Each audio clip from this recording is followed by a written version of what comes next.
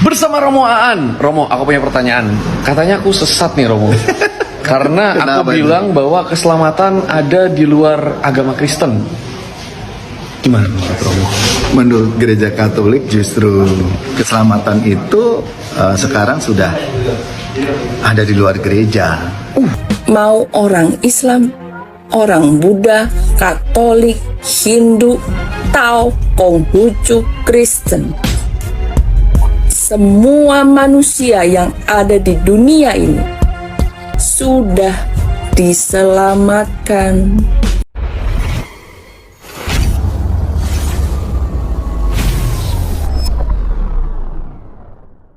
Welcome to Khotbah Populer. Akhirnya hambanya Evangelis Daud Tony menanggapi aliran Kristen progresif. Bagaimana pendapat beliau? Mari kita dengarkan terlebih dahulu. Saat ini banyak pengajaran-pengajaran yang membingungkan. Iya betul. Ada Kristen progresif, nanti lama-lama ada Kristen diskon.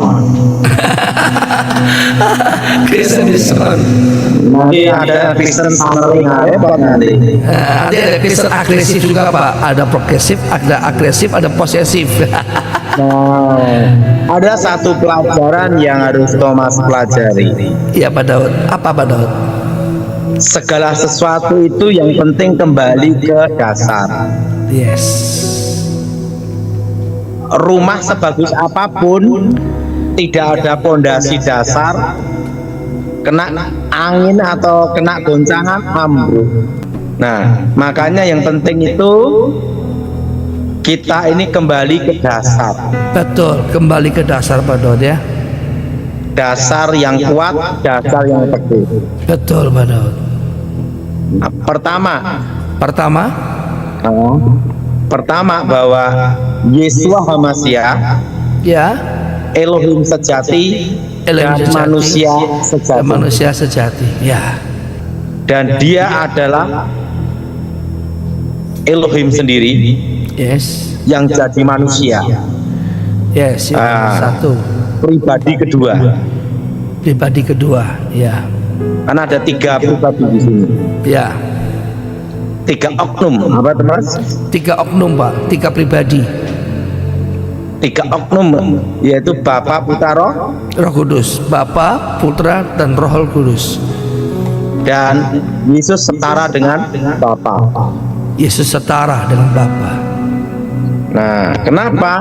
Karena Alkitab berkata dengan jelas, pada mulanya adalah firman, Firman dan firman itu bersama-sama Elohim, dan firman itu adalah Elohim. Yes. Artinya sang firman itu adalah Elohim. Elohim. Nah, 3 oknum. 3 oknum. Dan Bapa, Bapa, Yahweh yang mempunyai kehendak. yang punya kehendak, yang punya mau ya. Anak, sang Anak. firman Sang firman yang melaksanakan yang kehendak melaksanakan kehendak Bapa. Dan Roh Kudus Roh Kudus bukan tenaga seperti aliran listrik aja, ya, beda. beda. Roh Kudus adalah pribadi. Pribadi. Nah, buktinya apa? Roh Kudus punya kehendak. Punya kehendak. Roh Kudus ada kehendak Kehendak ya. dan memimpin orang percaya dalam kebenaran. Betul. Ya, kalau kita hidup dalam dosa, Roh Kudus kan berduka. Berduka betul Pak. Artinya apa? Roh Kudus punya kehendak. Punya kehendak. Artinya Pribadi. Setuju tak Mas? Setuju Pak Daud. Roh Kudus bila diduka-dukakan. Ingat, yang menghujat Roh Kudus tidak diampuni. Tidak diampuni. Jadi orang menghujat Roh Kudus tidak diampuni. Karena apa? Karena tidak percaya sama yang mengampuni. Ya, karena tidak percaya kepada yang mengampuni kita Pak Daud ya. Amin. Amin. Artinya Roh Kudus itu apa? Pribadi. Nah, 3 tapi satu. 3 oknum tapi satu. Pengetahuan kita tidak sempurna, Thomas. Betul. Kalau kita bisa menjalankan Elohim dengan sempurna, berarti dia bukan maha kuasa. Ya. Justru karena kita tidak bisa menerjemahkan dengan sempurna, itulah Elohim maha kuasa. Amin. Yang melebihi akal pikiran manusia. Yang melebihi akal pikiran kita manusia, Pak Daud ya. Kita tidak usah jauh-jauh. Banyak orang ingin tahu tentang ruang angkasa, Ya. tetapi sampai sekarang kita belum tahu semua tentang tubir laut. Betul. Betul? Betul, Pak Daud. Tidak usah muluk-muluk sampai ke langit. Kita di bumi aja, laut, tubir laut, kedalaman laut, rahasia laut, Belum tahu. itu aja kita belum tahu semua. Betul. Masih sebagian kecil. Dan keselamatan hanya di dalam Yesus Kristus. Keselamatan cuma satu-satunya di dalam Yesus Kristus Tuhan. Titik, Pak Daud ya. Semua agama baik. Baik. Tujuan agama adalah manusia mencari Elohim. Manusia mencari Tuhan, Pak Daud ya. Tetapi beda dengan kekristenan. Elohim lebih dahulu mencari manusia. Wow. Kenapa Elohim menjadi manusia? Bagaimana menjadi hakim yang adil kalau dia tidak merasakan jadi manusia? Betul. Yesus kan hakim yang adil. Betul. Kunci untuk masuk surga adalah firman. Adalah firman. Tidak ada yang lain. Tidak ada yang lain. Dan firman itu Dan firman menjadi itu manusia. menjadi manusia. Jadi tidak usah ribut Kristen progresif atau Kristen diskon atau Kristen tunggang langgang. Kita adalah Kristen yang kembali ke Alkitab, Ke Alkitab sebagai dasar utama. dasar yang teguh. Alkitab adalah firman Elohim Firman Elohim. dan sudah final. Dan sudah final, Pak Daud ya. Sahabat khotbah populer, inti dari apa yang disampaikan oleh hambanya Evangelis Daud Tony saya pikir adalah kembali ke dasar. Apapun ajarannya yang kita dengar di sekitar kita, mungkin dari media sosial, harus kembali ke dasar. Apa maksudnya? Saya bantu untuk melengkapi. Saya pikir kembali ke dasar adalah kembali kepada firman Tuhan. Kembali ke Alkitab. Dasar kita adalah Alkitab, firman Allah. Dasar pengambilan keputusan sebagai pedoman hidup, sebagai patron, sebagai jalan untuk membimbing kita dalam menjalani hidup. Itu. Dan Alkitab adalah firman Allah, benar tanpa salah, yang dipakai oleh Tuhan untuk menceritakan tentang karyanya, termasuk salah satu tentang Allah Tritunggal, yang dimana Allah Tritunggal itu punya rencana yang spektakuler dari kekal sampai kekal, punya rencana yang hebat bahkan sebelum dunia dijadikan, bahkan sebelum ada ciptaan. Dia adalah Allah yang sudah ada dan dia kekal, dan dia punya rencana, dan dialah yang menciptakan segalanya. Dan Allah Tritunggal ini telah menciptakan para malaikat. Malaikat ada yang jatuh dalam dosa, yang kita kenal dengan julukan Satan, atau yang populer Lucifer.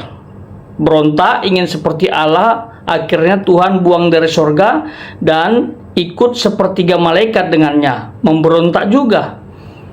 Dan Lucifer dan kawan-kawan ini juga yang menggoda ciptaan Tuhan yang berikutnya, yaitu Adam dan Hawa, untuk melanggar perintah Tuhan. Dan Adam dan Hawa, singkat ceritanya, juga jatuh dalam dosa. Nah, untuk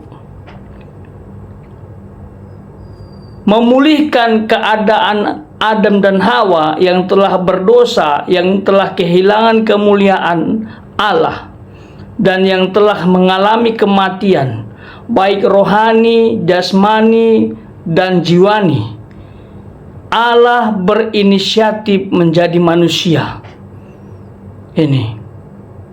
Jadi Allah berinisiatif menjadi manusia karena untuk memperbaiki hubungan Allah yang rusak dengan Adam dan Hawa beserta keturunannya ini harus ditebus oleh pribadi yang tak berdosa. Sementara seluruh keturunan Adam sudah berdosa, sehingga tidak ada manusia yang dari keturunan Adam yang ideal untuk menebus manusia yang berdosa itu.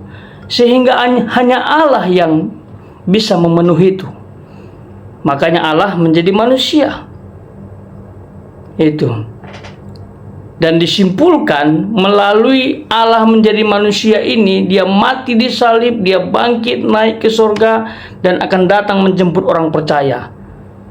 Dan hal penting yang perlu kita garis bawahi adalah keselamatan hanya ada dalam Yesus. Karena dia sudah mati di salib, sudah menebus manusia dari dosa.